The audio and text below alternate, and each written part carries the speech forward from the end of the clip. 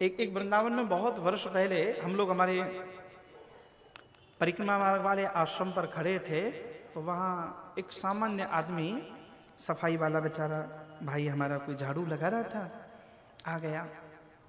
बोले महाराज जी एक बात पूछनी है आपसे। हमने कहा पूछो। अच्छा ऐसा मत समझना, सामान्य व्यक्ति को भी बड़ा ज्ञान होता है यहाँ, और राम कथा तो घर घर में गाई जाती है। हमने कहा पूछो।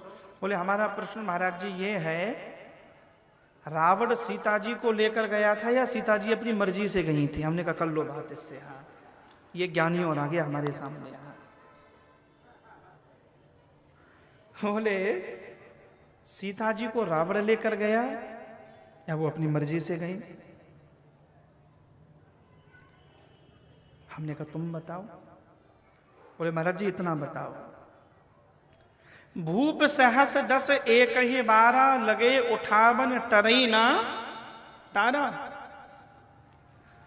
10,000 राजा भी मिलकर उस धनुष को हिलाने की कोशिश करने पर हिला ही नहीं।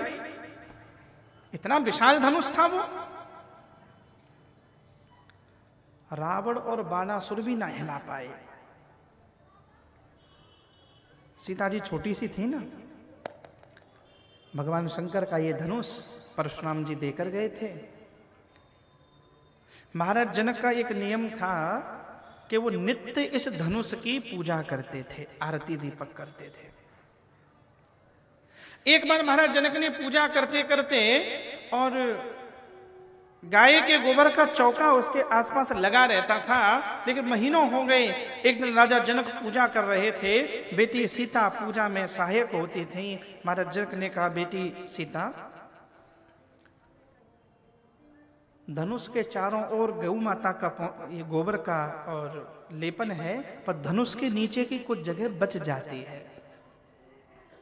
बेटी 2-4 दिन में समय मिले ना तो मैं मंत्री को बोल दूंगा, 1000-2000 सैनिक आ जाएंगे, 100-200 से हाथी आ जाएंगे, जो भी व्यवस्था हो थोड़ा सरका देंगे, धनुष के नीचे भी चौका लग जाए। अगले दिन महाराज जनक जब सुबह सुबह पूजा करने आए, देखकर दंग रह गए। आज धनुष के नीचे गाय के गोबर का चौका लगा हुआ है। इतनी जल्दी लग गया? महाराज जनक ने तुरंत सीता जी को बुलाया, बेटी तुमने गाय के गोबर का चौका लगा दिया? बोले हाँ बाबा मैंने लगा दिया। लेकिन कोई आ गया था या नहीं आया? सीता जी ने कहा किस लिए? बोले बेटी धनुष किसने उठाया? सीता जी ने कहा बाबा मैंने उठाया। घबरा गए महाराज जनक, तूने उठाया? तूने कैसे उठाया? सीता जी ने बायां हाथ धनुष पे लगा के कहा बाबा ऐसे उठाया। तुरंत महाराज जनक का रोम रोम कांप गया।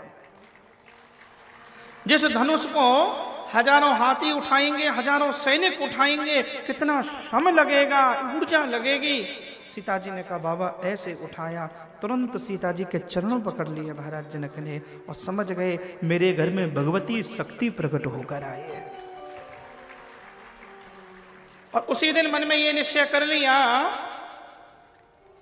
कि जो मेरी बेटी इतनी सहजता से इस धनुष को उठा सकती है बाएं हाथ से, इस बेटी का विवाह तो उससे ही करूंगा जो धनुष की प्रत्यंचा चढ़ा सके। शक्ति जिसके घर में बैठी है, तो जनक जी समझ गए कहीं शक्ति पुंज भी प्रकट हुआ होगा, कहीं शक्तिमान भी आया होगा, शक्ति मेरे घर में विराजमान है। तभी समझ गए वो परम चेतना भी प्रकट होकर धरती पर कहीं होगी, तभी तो शक्ति यहां पर आई। तो वो जो झाड़ू लगाने वाला था ना, हमसे बोला, बोले महाराज जी जिस धनुष को सीता जी बाएं हाथ से उठा देती हैं, रावण हिला नहीं पा रहा, तो रावण और सीता जी में ज्यादा बलवान कौन है, ज्यादा पावरफुल कौन है? हमने कहा सीता जी। बोले पर रावण की हिम्मत है उनको हरण करके ले जाए? तो बोले सीता जी अपनी मर्जी से गए हैं। सत्यता यह है लीला करने के उद्देश्य से आए हैं।